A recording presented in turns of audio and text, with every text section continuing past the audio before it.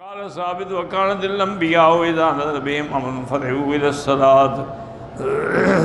حضرت جب ثابت سے روایت ہے کہ حضور پاک نے فرمایا اذا کان اصحابہ، جب حضور کو کوئی تکلیف کوئی پیش آتی یا قلت ہوتی، کوئی کھانا کوئی چیز گھر میں نہ ہوتی، تو آپ فوراً گھر والوں سے کہتے بھی بس نماز پڑھو تم۔ جب وہ نماز پڑھتے تو نماز کی برکت سے اللہ تعالیٰ وہ ساری پریشانیاں اور مشکلات جو ہیں وہ دور کر دیتے ہیں۔ تو ایک میری درخواست ہے آپ حضرات سے کہ اللہ پاک نے آپ کو کعبہ شریف کی زیارت بھی نصیب کی، مدینہ پاک کی بھی، عمرہ بھی، تو واپس جا کر سب سے بڑی بات یہ ہے کہ اپنے گھر والوں کو جو اللہ کے فرائض ہیں نا ان کا پابند کرو۔ نماز فرض ہے، وہ ہر لحاظ سے پڑھیں، دکھ ہے، سکھ ہے، غربت ہے، عمارت ہے، پیسہ ہے، نماز اللہ نے معاف نہیں کی۔ آپ نے دیکھا نہیں کہ حضور پاک بے ہوشی طاری ہو جائے پھر بھی پوچھتے ہیں الصلاۃ الصلاۃ، نماز نماز۔ اسی طرح رمضان کے روزے فرض ہیں، مرد ہو عورت ہو، بالغ ہے عاقل ہے پاگل نہیں ہے، روزہ فرض ہے۔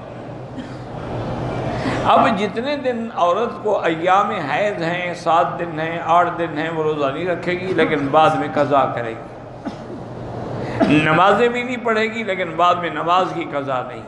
یہ اللہ کی عنایت ہے کہ بھئی اب اگر 8 دن حیض ہو تو اس کو تو پھر 40 نمازیں قضا کرنی پڑیں گی، وہ اللہ نے معاف کر دی۔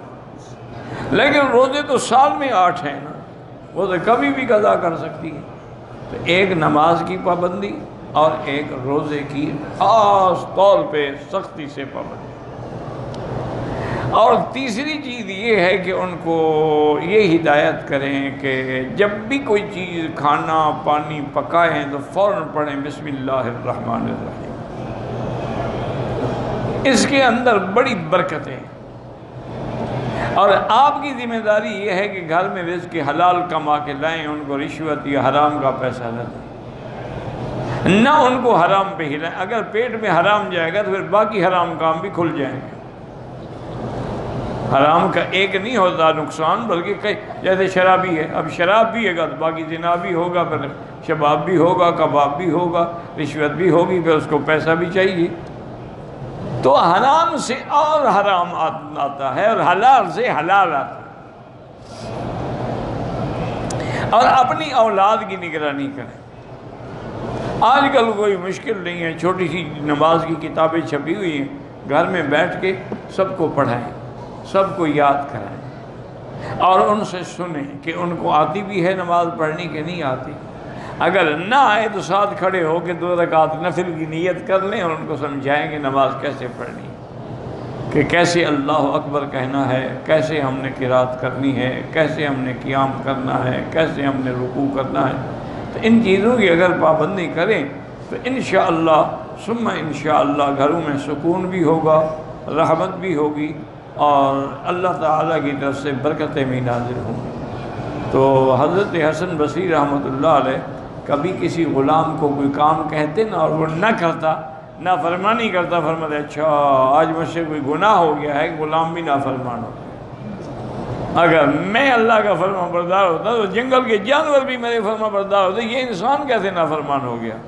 اس کا معنی یہ ہے کہ مجھ سے کوئی غلطی ہوئی جس کی وجہ سے یہ نافرمانی کرے۔ بیوی نافرمان، اور جی اولاد نافرمان، بھئی تمہارے اندر ہوئی کمی ہے، اس کمی کو ڈھونڈو اور اپنا علاج کرو، اس کے بعد وہ سب ٹھیک ہو جائیں گے۔ لیکن اگر تم اپنی کمی پر نظر ہی نہ ڈالو، بس یہ بیوی نافرمان ہے، بڑی بد زبان ہے، بڑی ایسی ہے، تو بھئی دیکھو آخر کیوں، وجہ کیا ہے؟ جب تک ڈاکٹر بیماری کی جڑ کو تلاش نہ کرے علاج نہیں ہو سکتا کہ بھی یہ بیمار تو ہے لیکن کیوں بیمار ہے۔ تو اس لیے ہمیشہ ان چیزوں کا خیال رکھیں، اور بس اس دور میں یہی چیزیں جو ہیں وہ کافی ہیں کہ نماز ہو، روزہ ہو، فرائض کی پابندی ہو، رزق حلال ہو اور صدق کے مقال ہو کہ جھوٹ نہ بولیں، اور ہر چیز کی ابتدا میں بسم اللہ پڑھیں اور آخر میں الحمدللہ پڑھیں، اللہ کا اس نعمت پہ شکر ادا۔ اور یہ کوئی مشکل مسئلے نہیں ہیں کہ جو حل نہیں ہو سکتے۔